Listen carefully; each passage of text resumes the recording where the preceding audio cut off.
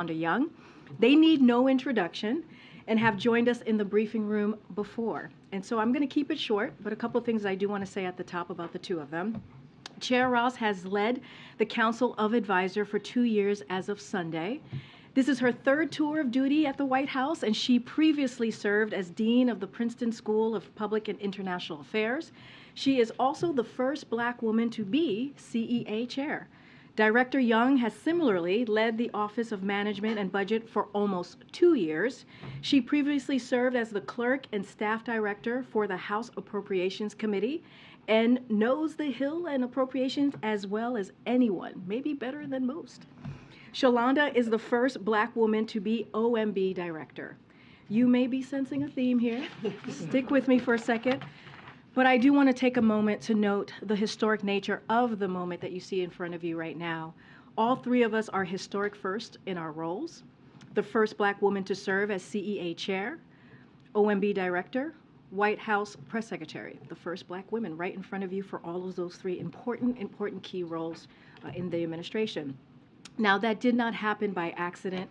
It is thanks to this president, President Biden's leadership and commitment to building an administration full of the best and the brightest. And I am so proud to be standing with two of the best and the brightest in this administration.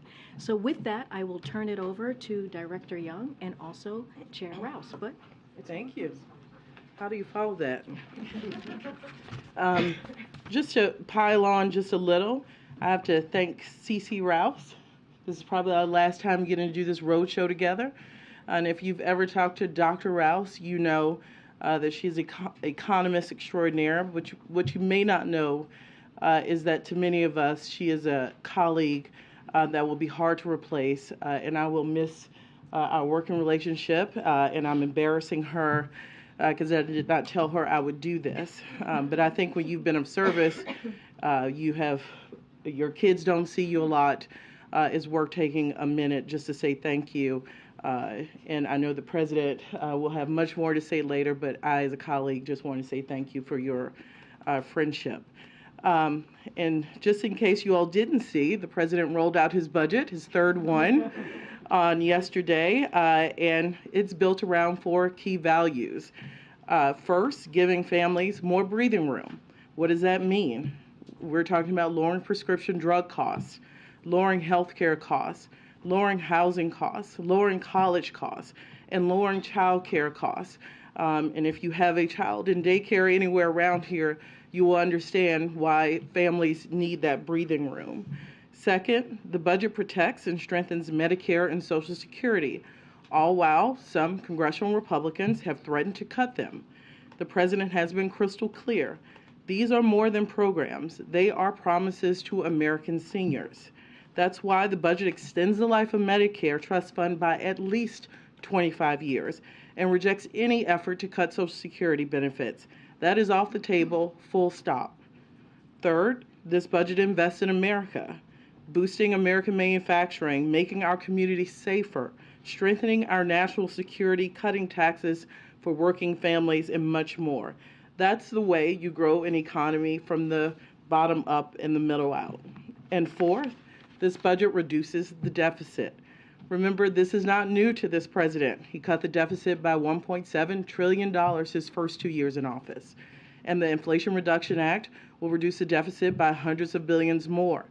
This year's budget will reduce the deficits by nearly $3 trillion over 10 years by asking the wealthy and big corporations to begin to pay their fair share and by cutting wasteful spending on special interests. That includes by reforming our tax code to ensure no billionaire pays a lower tax rate than a teacher and a firefighter in this country. That's a clear contrast with congressional Republicans. Look, they talk a lot about cutting deficits, but let's get a few things straight today. Under the previous administration, they passed a $2 trillion unpaid-for tax cut that was skewed to the wealthy and big corporations that absolutely exploded the deficit. And over the past few months, they've pitched plans that would add an additional $3 trillion to the deficit over 10 years. Now, this morning, we get another proposal from the House Freedom Caucus. Let's talk about what it says about what they value. This is a plan that would have devastating consequences for our national security, cut the legs out from the middle class, endanger community safety, hurt our seniors, and cost manufacturing jobs. And here is the kicker.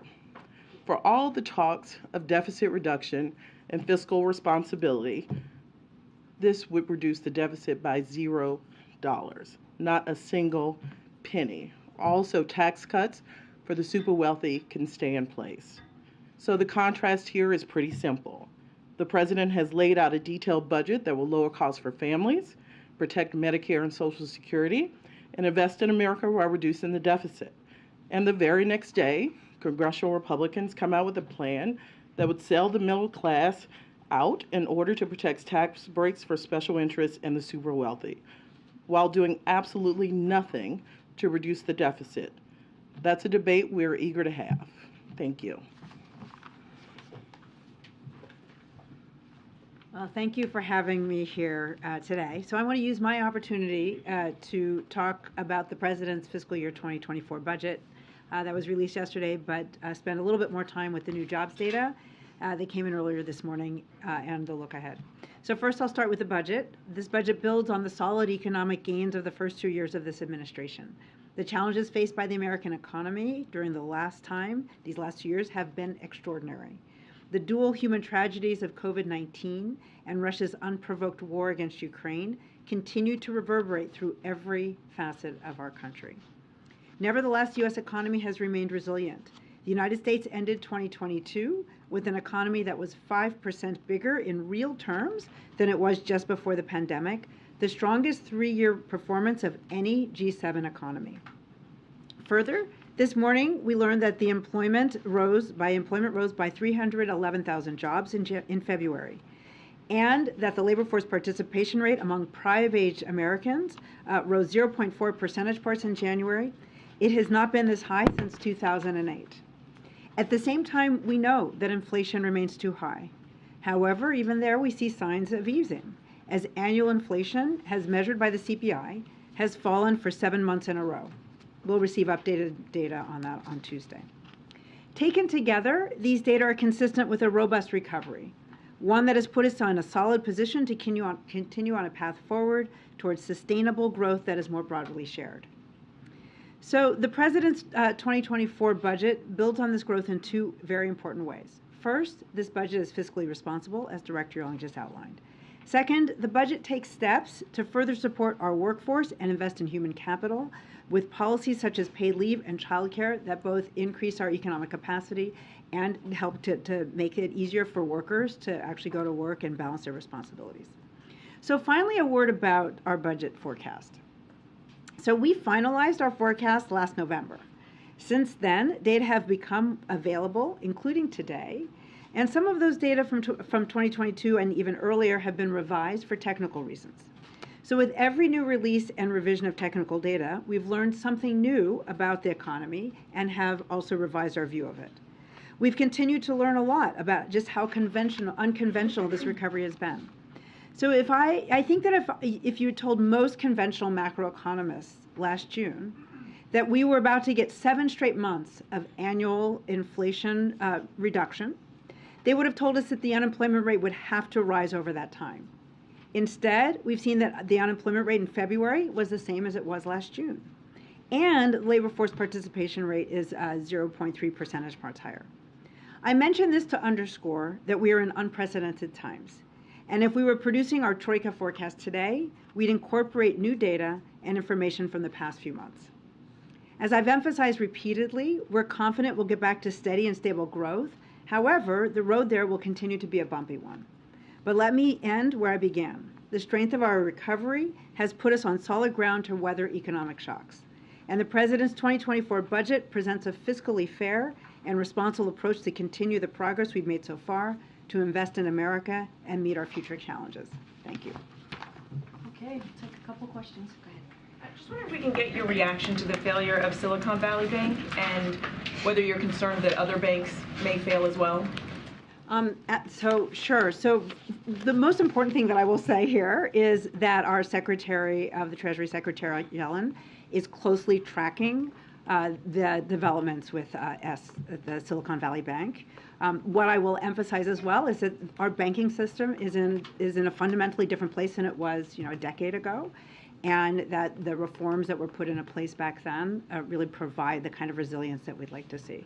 So we have every faith in our regulators, and we can see that today, but Secretary Yellen is closely tracking. And one more on that same topic. The government obviously insures up to $250,000, but this bank served a lot of tech companies that obviously had a lot more money stored with them. So how concerned are you that we could see a ripple effect just throughout this specific sector? So two things. One, I'll refer you to the FDIC for how they intend to handle. We know they're insured up to $250,000 and how they'll handle those with balances above that. And the second, I just want to reemphasize that we are in a fundamentally different position. That with the reforms of the global financial crisis of 2007, 2008, we've put in place stress tests and other tools that our regulators have to provide more resilience to our banking system. So, Secretary Yellen is watching this closely. Our regulators, we have every faith that they will be as well. One for each of you, if you don't mind. Come on. Which one? Director, you're not escaping me today. You got approach to talk about. But first, just to follow up on Mary's question, I think one thing that's different in the wake of 2008, despite everything that's been put into place in the wake of Dodd-Frank, is interest rate risk is at a level right now that perhaps banks haven't been dealing with for a very long time. Do you feel comfortable that the banking industry writ large is both cognizant of the risk and prepared for it in a different way than maybe SVB was?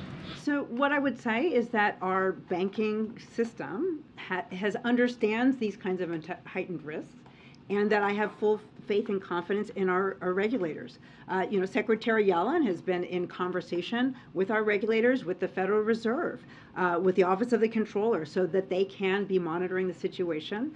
And they are very acutely aware of these risks, more than we are, and we have full faith and confidence that they will be tracking. They have better tools than they had in 2008, and the banking sector has more resilience. And then, Director Young, you mentioned the House Freedom Caucus proposal. Look, I know you guys were able to reach a deal on approps in December. If this is a baseline that House Republicans, which now control the chamber, are working off of, where do you see overlap here? And I'm not talking necessarily about debt ceiling. I'm talking about further on fiscal negotiations that need to happen. I mean, it's a good question. The first step is, this is why we do budgets. This is why we put it in black and white so the American people can look at what the president values, what Congress values, and we owe it to them to lay that out clearly. That's why this president's been actually pretty strong about show us the plan. And it's not just a talking point. This is why we have a budget process, because it is important that people see what you mean. It's easy to say spending cuts. What does that mean? Well, at least some Republicans have told us what that means. Before today, we heard defense was off the table. This says defense is on the table. So I think they have to figure out if this is the plan for all of them. Is this a few members? We don't know. That's why the House budget process, they have to come out with a plan. They have to show if this is a plan that the majority of their conference can stand behind. Because right now, the plan we have in front of us, by some of them, would cut critical programs when we talk about non-defense spending, education, Department of Education, Title I, IDEA, bipartisan programs, transportation, housing vouchers, where are people supposed to live with a housing supply crunch, our national defense while we're supporting Ukraine, while we're supposed to be countering China. Those are real key stark differences. And Phil, I think we're in the point of the program where we both have to lay those out and make the case to the American people, and that's what we're doing. And the rubber hits the road in their appropriations process. And we'll see if they can pass those bills that live by the outline that the Freedom Caucus has put out today. It'll be interesting to see. Good, Stephen. Thanks. Director, if you could explain the President's thinking and his commitment going forward to ensuring the continued solvency of Social Security. His budget yesterday does not advance of any plan to adjust the payroll tax for wealthier individuals. You say in the document that he's interested in working with Congress. Can you explain whether that means that he hopes for a deal this year or in this Congress? So the deal is this president will not accept benefit cuts. You talk to someone like my 94-and-a-half-year-old grandmother in South Louisiana. You call and tell her, because I'm not, that some people in D.C., after she has spent 40 and 50 years working in this country, that some people want to cut benefits that she has paid into and earned her whole life. What this budget says is this president's not interested in that conversation, and his budget says not on his watch. So I will say in contrast, we have people who want to cut it, and we think the existential crisis for Social Security is making sure that our American seniors know this president is going to stand behind them. If I could just follow up, I mean, the thinking is that Social Security only has about 12 more years of solvency left. This seems like a good opportunity, isn't it, with divided government, for the president to make a proposal, hope for a compromise? He doesn't seem to be interested in doing that. Well, you assume the debate is from cutting no benefits and moving forward. We're trying to protect the benefits that are there now. I wish we were at the point of the debate where we could sit down and come up with proposals to extend. Unfortunately, it is clear that some people want to go backwards. We're saying this president, which he has said over and over, will not accept benefit cuts in the Social Security program. So you're assuming all players are starting from the same place. They're not. And so this president has been very clear. His position is we will protect Social Security. The president is not making a proposal here to extend the solvency of Social Security. He's proposing not to accept any benefit cuts, but the Republican leaders say they're not proposing benefit cuts. Who are you going to listen to? You going to listen to the Freedom Caucus, who put out something different than what other people are saying? What we've said is Mondays, one thing is said. Tuesday, another thing said. We'll know if that is an ironclad commitment. We hope it is. But until we see a plan, excuse us for wanting to see it in black and white and see that it's supported by the majority of the conference. Thanks. Just following up on that, in the budget you did spend a lot of time talking about your proposals for Medicare, expressing concern about Medicare solvency and claiming that the proposals that you're making will extend Medicare for another 25 years or so. So why no proposal for extending Social Security's solvency, which is almost as dire? So thanks for bringing up Medicare. You're right. We do have a proposal that would extend the life by at least 25 years. And we hope our friends on the Hill will take us up on those proposals. And I've been very clear, and the president has. We believe the greatest existential threat to Social Security today is those who want to cut it. So our position, his position is that is not on the table, not on his watch, and that's what this budget says. So will the president have a proposal in the future for extending Social Security's lifeline so that people like your grandmother will be able to get their full benefits come 10, 15, 20 years from now? I hope she's with us that long. I really do. But what this president will do is make sure he is a backstop and will stop attacks on the program from people who want to cut it. I want to follow up on that, but about Medicare, the proposal to keep Medicare solvent includes increasing taxes, which is something that Republicans have called a non-starter. So given that, where are the conversations happening about keeping Medicare solvent, given that it is dire and expected to run out in a matter of years as well, the trust fund? So remember, the budget writ large, this is a start of a conversation. This is a... So budgets, this is the president's job. His job is, and Congress told all presidents, send us a budget. Show us what you would do, what you value. This president has done that. Now, it was his choice to put forward proposals that extended Medicare, and he'll work with anyone who wants to work with him to do that. Look, the net income tax was always supposed to go to Medicare. We're correcting something that should have happened a long time ago. Are we asking those making over $400,000 to pay more? We are, to extend, and it has a dual benefit. It not only extends the trust fund life, it helps us reduce the deficit. So we think it's a good proposal, and we hope people take us up on it. I want to follow up with you on the debt limit. The president has been very clear he's not going to negotiate over increasing the debt limit. Will there be a parallel negotiation, though, with Republicans? In other words, would he agree to sign something that raises the debt limit unilaterally and then simultaneously have negotiations about potential cuts, which I understand you're still waiting to see the details of? Yeah, I've really tried in 20 years not to deal in hypotheticals in this town. That is a good way to get oneself in trouble. And I've been in a lot of funding debates over the years. They end differently every year. But guess what? They happen every year.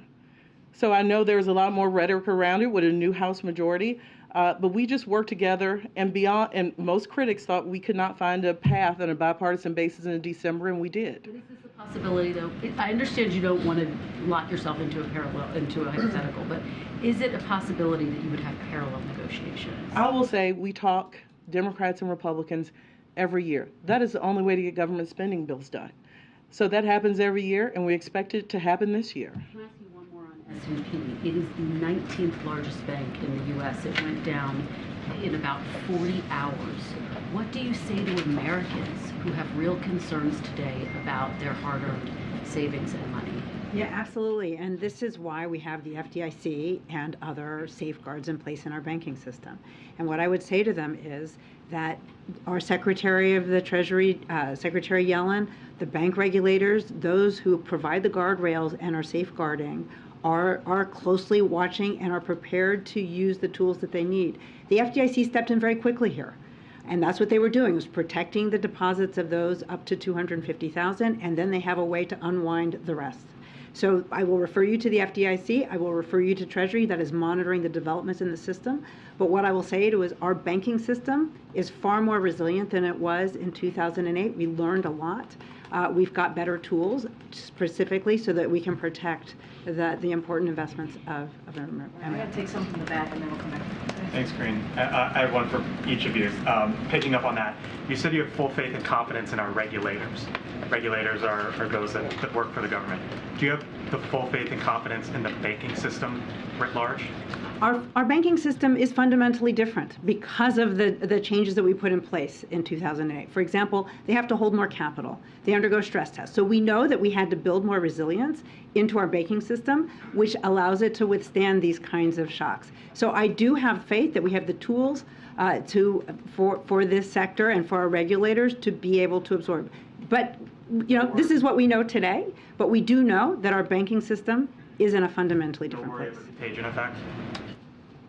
Again, we put in guardrails, and our regulators have much more visibility into the banking sector than they did a decade ago. And then for Director Young, there's been a lot of talk in this room over this week and then last week as well about Mexico and how to deal with cartels, transnational trafficking, etc. There was additional money thrown into the budget, $800 million worth for ICE and CBP, more agents along the border, more money to take on fentanyl, etc.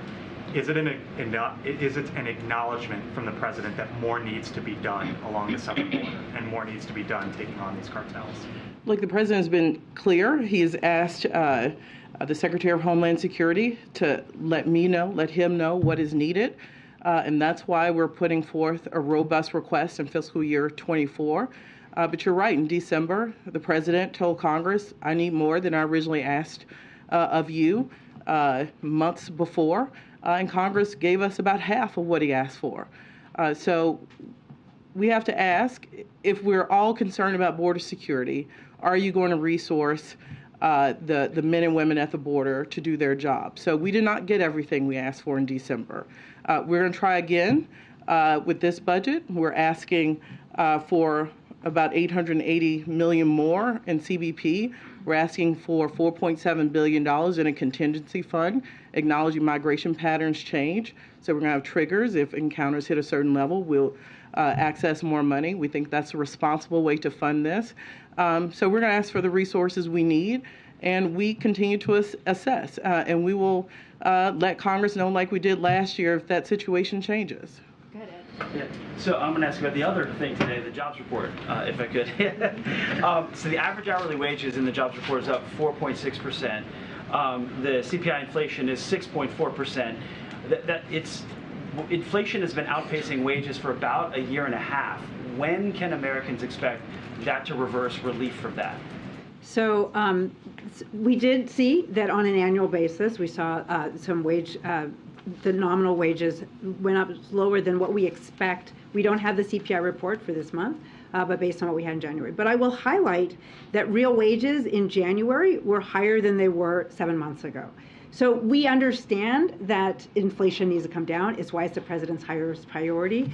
We just got the blue chip forecast, was just released today from blue chip forecasters. They're expecting inflation to be easing to about 3.2% at the end of this year. We know that that is why it's so important for the Federal Reserve to have the independence. It is why the president is focused on lowering costs in his budget through the Inflation Reduction Act for Americans when it comes to health care, when it comes to child care, when it comes to higher education. But we are expecting to see this economy, with the labor market is robust. We're expecting to see inflation ease over the year. There may be bumps along the way, however. We know that we can't focus on any one month, but that is what most forecasters are expecting. And on jobs, real quick, on jobs, manufacturing lost 4,000 jobs. With the focus on manufacturing here, what happened? So again, yes, but we had 1 month, and we don't like to focus on any 1 month. And if we look at the manufacturing growth overall, they're higher today than they were almost 2 years ago. We've seen more manufacturing growth in the last 2 years than we have in previous recovery cycles. Again, I want to emphasize it's really important not to over-focus on any 1 month of data. But if we go back to the president's policies, if we look at the bipartisan infrastructure law, the CHIPS and Science Act, those are even the Inflation Reduction Act in terms of the investments in the green energy transition. All of those are going to bring the kind of manufacturing jobs that we know are so important to both rebuilding the infrastructure in this country, which is very important for building our economic growth, building our economic capacity, and will offer those kind of manufacturing jobs which are so important for a lot of American workers, especially those without a college degree. Go ahead, Phil. Thank you. I have 2 questions for Director Young. The first is, for the Pentagon, the president is requesting $842 billion. That's a 3.2% increase from last year, but inflation is at 6% currently. So how is that not a cut in real terms? So remember, it matters what we spend the resources on. This defense budget was built on the National Defense Strategy. As you can imagine, we tend to get from Congress a lot of things that this administration did not prioritize. So frankly, we had room in the base in which to prioritize to make sure we were taking care of the highest priority items for our national defense. So that is the basic answer. It is about look under the hood. We believe we have the resources, as I mentioned, to counter China in defense and State Department and USAID. And it's the right level for doing the right thing. We don't say, I know people like to compare percentages from non-defense and defense. It's about what the right level is to achieve what we're trying to achieve. So we worked in lockstep with the Department of Defense to make sure we were funding the top priorities around the globe. And then you have said today, and the president has also said on numerous occasions, that cuts to Social Security are off the table. I'm wondering, though, for folks who are planning on retirement after 2035, when the Congressional Research Service estimates that that program could be approaching insolvency, for folks who are expecting to retire, in the next decades ahead, what is the president's message to them? Can they rely on this program? Will it be around for them after they pay into it? Remember, it's going to take bipartisanship in order to deal with longer-term issues here. And right now, unfortunately, the debate is centered around the current benefits in the program. We have some, maybe it's not the case, but we'll see when their budget comes out. But we have some who have said they want to cut Social Security. That is why this president in his budget made very clear that he is not going to allow that to happen on his watch. And that's full stop. But absolutely, if people want to accept that as a reality and talk about further proposals, we're happy to engage in that. Can I go back to Silicon Valley Bank for a second? There's a CEO, I believe, Y Combinator, that has hundreds of its portfolio companies tied to the bank. And the CEO said that this is a, quote, extinction level event for startups, if regulators and lawmakers don't act quickly to give it some liquidity. So I'm wondering if the administration believes right now whether that kind of intervention is needed. I don't know if I'm supposed to say the word bailout, but what is the White House thinking on that? What I would say is that Secretary Yellen is closely tracking. She's closely in touch with Chair Powell, with the FDIC, with the Office of the Comptroller of the Currency. And so they are assessing the situation. They understand the importance of the stability within our financial sector. That is what their job is. And they have the tools that they need to ensure that we maintain stability in the financial sector. The president proposed 12 weeks of paid family and medical leave as part of his budget. What percentage of wages does he intend to replace, and how does he plan to pay for the proposed program? So thank you for that. When we talk about the president reducing the deficit by over $3 trillion, it assumes the investments in paid leave. It assumes the investment in child care.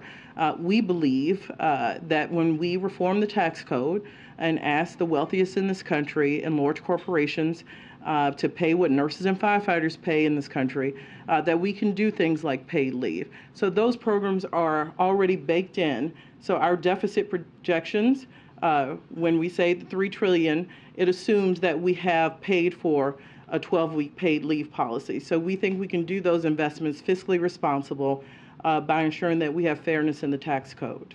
Given that in the past, lawmakers have discussed this for a very long time. They all, many Republicans and Democrats have said that they believe in a paid leave program, but what they can't figure out is how to pay for it. Why not put forward a specific measure in this plan? Look, we're happy to talk about how to mix and match tax proposals and spending proposals. I think the important thing to know is in the budget, we've laid out several revenue sources, several tax policies. And, you know, absolutely, if some of the proposals get mixed and matched with certain things, we're open to that. I think the key thing to leave here with is we've put a suite of proposals forward that have enough revenue, more than enough to do paid leave and the other proposals that the president has put forward. Because this president, rather than talk about fiscal responsibility, has actually put forward budgets that say we should pay for what we spend. And as a matter of fact, we should pay for what we spend and reduce the deficit at the same time. Great, thanks. First for Dr. Rouse, with regard to the jobs numbers today, are you concerned that rising interest rates is going to torpedo the progress in the labor market, and that there's a disconnect between how the Fed looks at this and how the White House looks at this? So what I would say is this: look, this jobs report. Yeah, that does sound different. This jobs report reflects that we have an economy that remains resilient. And the president respects the independence of the Fed and understands they have a dual mandate. So their dual mandate is both price stability and maximum employment. So I have full faith that they are focused on those two goals. What I will say is that the resilience that we see in this labor market defies expectations of traditional macroeconomists. And so we are, it's not foregone that we have to see, a big spike in unemployment in order to bring down inflation. As I mentioned before, I don't think any macroeconomist would have expected we would have seen the easing over the past 7 months that we've seen without seeing some give in the unemployment in the labor market. So, we fully expect that we know there will be bumps along the way, but we fully expect that we will see a transition to an economy that is more stable, and where there's more sustainable growth. And our forecast, the forecasts of private forecasters suggest that inflation should come down meaningfully over the course of this year, and we'll eventually get back to a more stable situation. Do you think rates are too high? So what I would say is that we see an economy that is quite resilient. And we still see, but we also understand that inflation is too high. So the Federal Reserve has to take the actions it needs to take. So we have the confidence that they will do that while also trying to achieve that soft or softish landing, which suggests that they will try to maintain the momentum in the labor market in particular, but in the economy while bringing inflation under control. Just very briefly for Director Young, you've been asked multiple times about the future of Social Security, and most of your answers have focused on Republicans wanting to cut benefits now. Keeping that context in mind, will the president make a proposal at some time during his administration to help ensure that Social Security will exist for people who are retiring, as was already asked, in 10 years? So the president has supported proposals that would extend Social Security. He has not walked away from those proposals. I'll remind everyone this is the fiscal year 24 budget. It is 1 year. That does not mean that every policy that the president and then candidate supports will be reflected in one budget year. And he absolutely has supported policies that would extend Social Security. Right now, unfortunately, we believe the thing he has to protect against most is those who want to cut it. So you're right, this is about a contrast. And we're starting from a place of having to protect Social Security, so that is what is reflected here. Peter. Director Young, do you think there is any wasteful government spending? Peter, this is why we have $1.6 billion to go after fraud, mostly in the unemployment insurance area. You probably heard the White House talk about this proposal. It ensures, you've heard the president talk about making sure IGs stay on the beat. That is a difference from the last administration, who fired some of our IGs. They go after wasteful spending and are very helpful, pointing out to us in Congress what wasteful spending is. That is why you see that proposal to make sure that we go after fraud and waste in government programs and after crime syndicates who are abusing programs that should be there for those Americans who need it.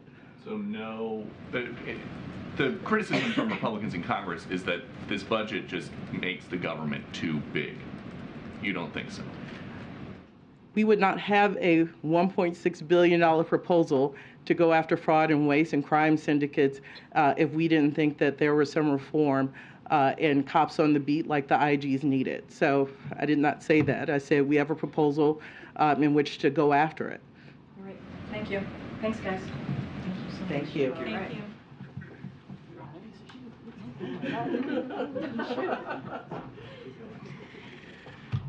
Okay, I have a couple things at the top and then we can go into questions.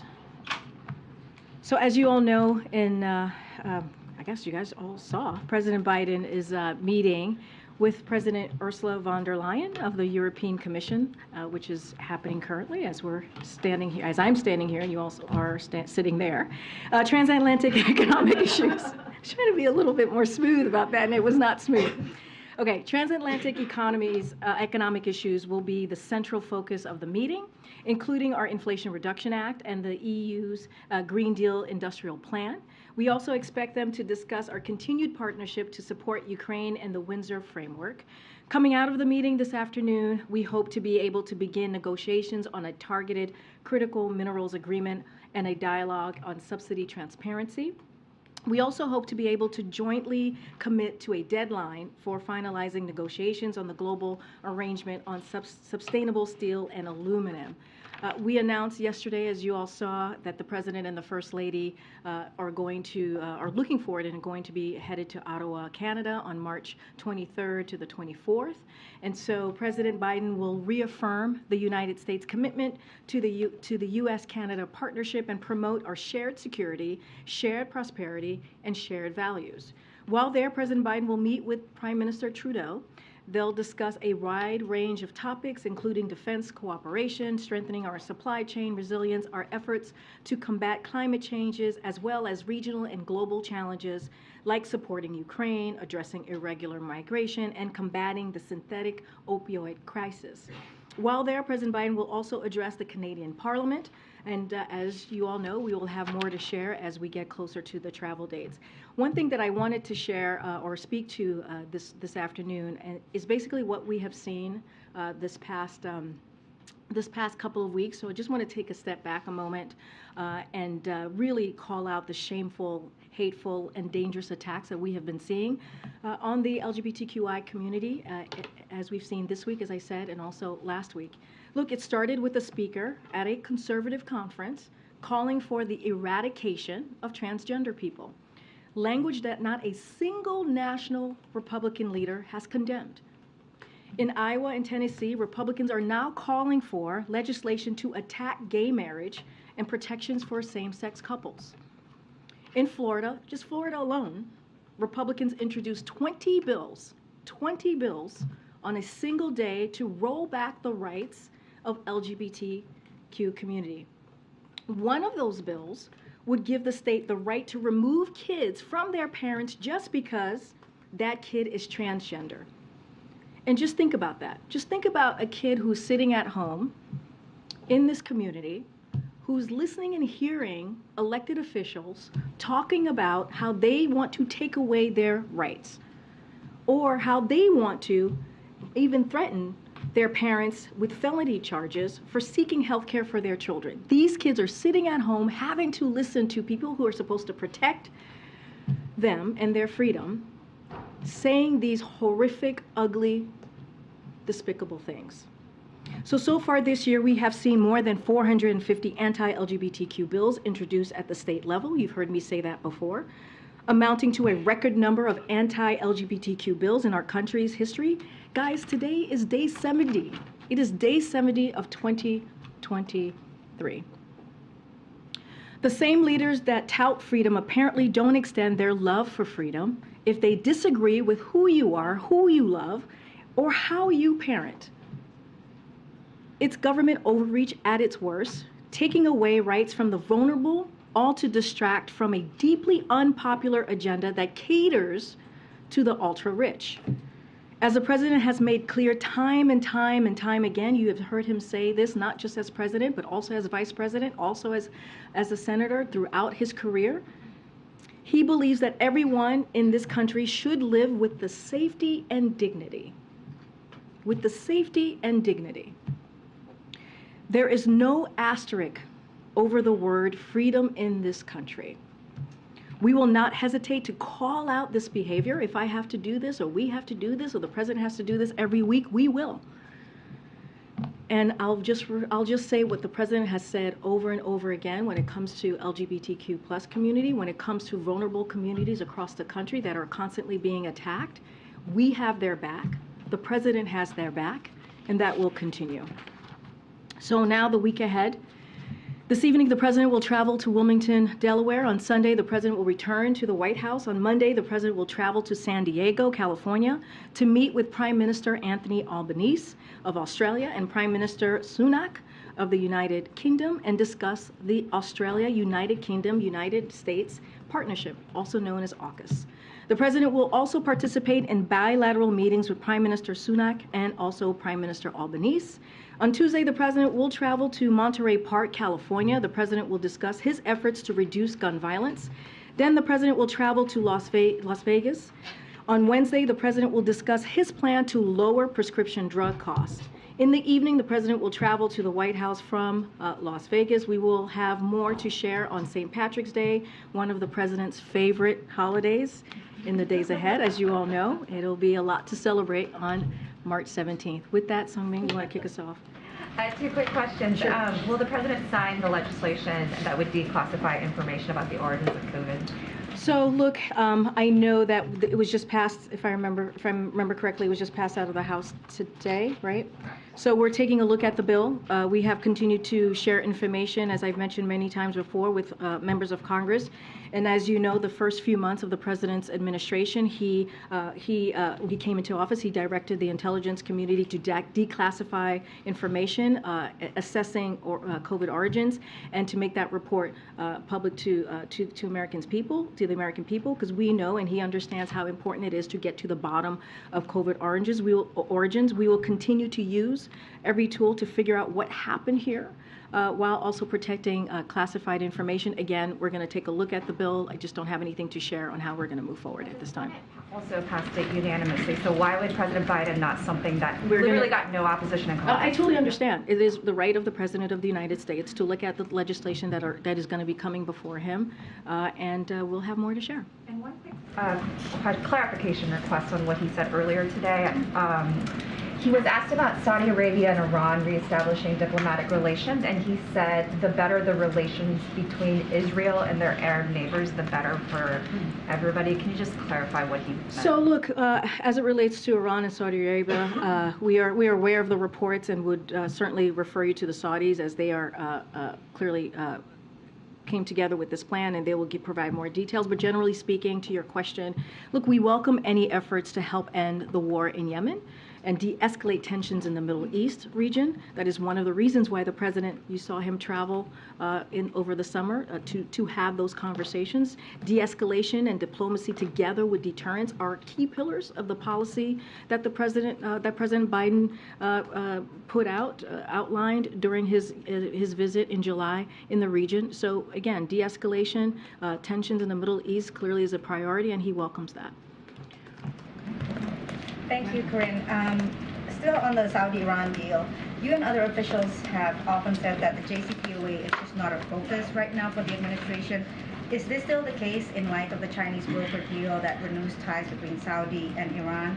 And should China be able to expand the Saudi-Iran deal to bring Iran to return to JCPOA? Would the administration support that? So our opposition, as we have stated the last couple of months, as it relates to JCPOA, has not changed. It is not our focus right now.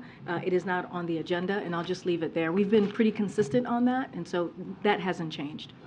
Follow up on Somin's question. Did the president just misheard the question? I'm still confused with your explanation. I mean, there's no confusion. I just laid out how we feel about the de-escalating tensions in the Middle East. We've been very clear about that. The president laid out his plan during his trip, the pillars of the policy during his trip in July. It's just that hasn't changed, and that still stands. Okay.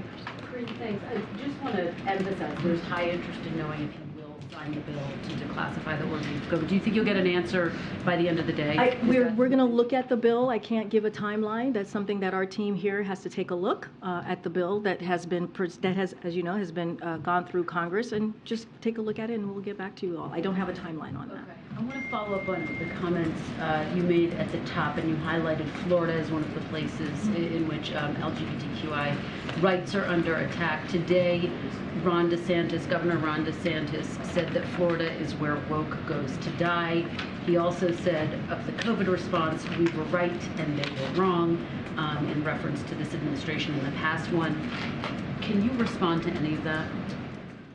Okay. Can you say the first one again, the first question? So, can you respond to Governor Ron DeSantis in Iowa today, who said Florida is where woke goes to die? So here's what I have to say. When Republicans, extreme Republicans, these MAGA Republicans, don't agree with an issue or with policy, they don't bring forth something that's going to either have a good faith conversation. They go to this conversation of woke. But that is not actually policy.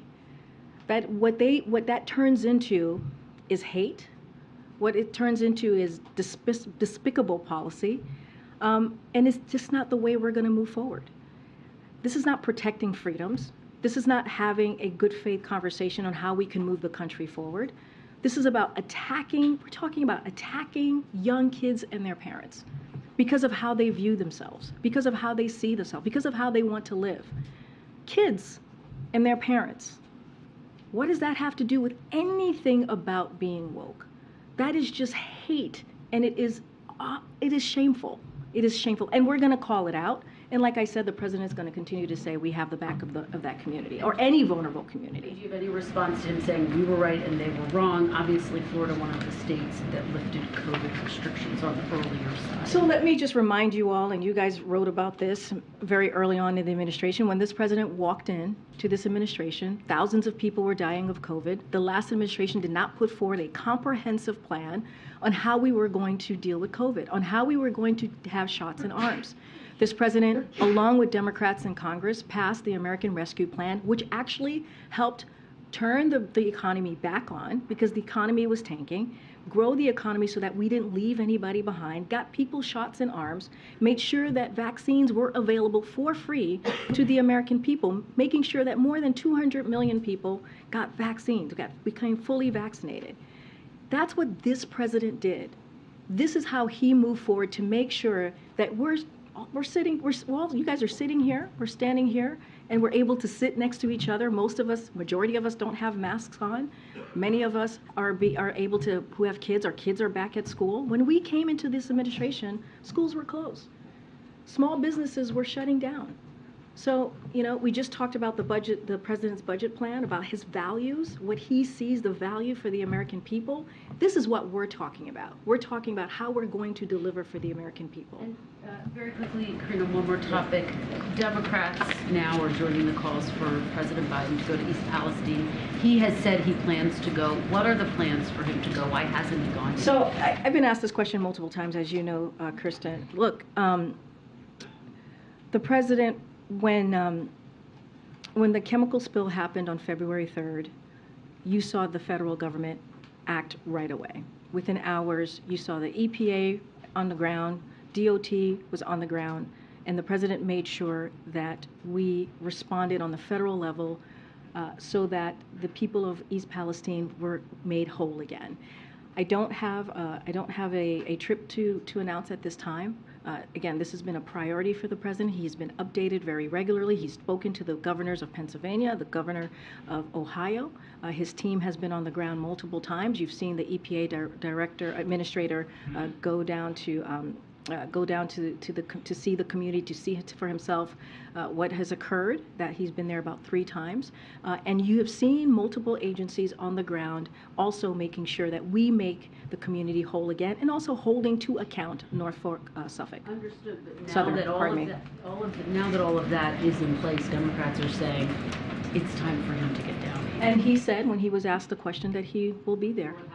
I don't have a timeline for you. The president answered this question directly when he was asked a couple of days, and he said he's looking forward to going down. Just don't have a timeline to share. Go ahead, Tam. Yeah, thank you.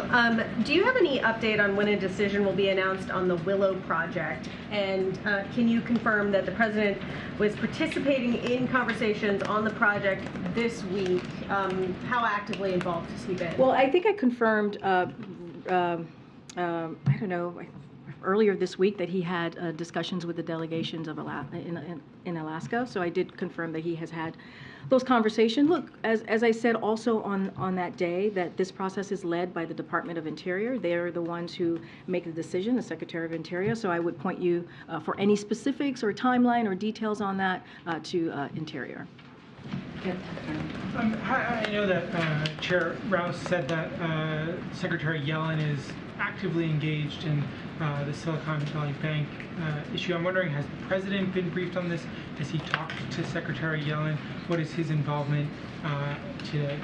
That's a good question. I haven't had a chance to speak to the president. Just, as you know, this has been occurring over the last couple of hours. What I can say for sure, and certainly I'm going to let the economist who is in front of you all speak to this, let her word sit, but I just follow up and say Treasury is certainly tracking this recent developments and remains in touch with regulators. And so for any specifics or details on that, certainly I would refer you to Department of Treasury. This has been developing over the last couple of hours. I just haven't had a chance to speak to him about it. One quick follow-up. I know two of my colleagues asked about this. I think the reason that there's confusion about the president's comments earlier today is because he was asked about a relationship between Iran and Saudi Arabia and brought up Israel. Obviously, Israel is a neighboring country, but it's not party to this new arrangement. Did the president just mishear the question? Did you have a chance I have to be very honest. I didn't hear the question that was posed to him, and I didn't hear how he answered it. So I would need to hear it for myself before I can give you an answer. What I can say to you is what, more broadly, how we see the relationship and how important it is to de-escalate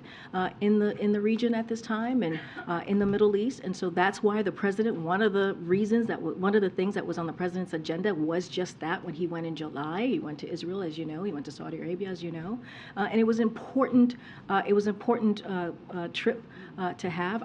I just have to go back and see exactly what he said. I just want to make sure I say it. I respond to you in the right way. But what I can speak to is more broadly how he sees this relationship. And just one last quick one. Obviously, on Monday he's going, as you said, to California in connection with the AUKUS deal. This was something that particularly upset the French when it was announced months ago. I'm wondering if the president plans any outreach. I know he recently spoke with Macron. Yeah, I was going to say he recently. Yeah. Ahead of this or after this event, if there's anything he might do. No, it's a good question. As you know, he spoke to President Macron just last week. I don't have any future or upcoming conversations to be had around this trip. Do you know if AUKUS was brought up on that call? I know we had a readout. I just don't. Outside of that, I don't know if I don't have anything else to share. Okay, good, Phil. Thanks, Karine. one of my colleagues had a pretty extraordinary interview with an Iranian or a U.S. citizen that's being held in Iran now for several years, appealing to the president for his help in securing his release. I'm wondering if the president is aware of that interview happening from inside the Evin prison, and also if he's willing to meet with the Namazi family in the wake of the plea from Siamak Namazi. So I can say that, we don't have any meetings to preview at this time or today, but I can confirm that senior officials from both the White House and also the State Department meet and consult regularly with the Namazi family, and we will continue to do so until this unacceptable detention ends and Siamak is reunited with his family. That is certainly the President's commitment and our commitment here. Thanks, Karine. I think you had a... Okay, great. Thanks, everybody. Hopefully I'll see you guys on the trip. If not, next week.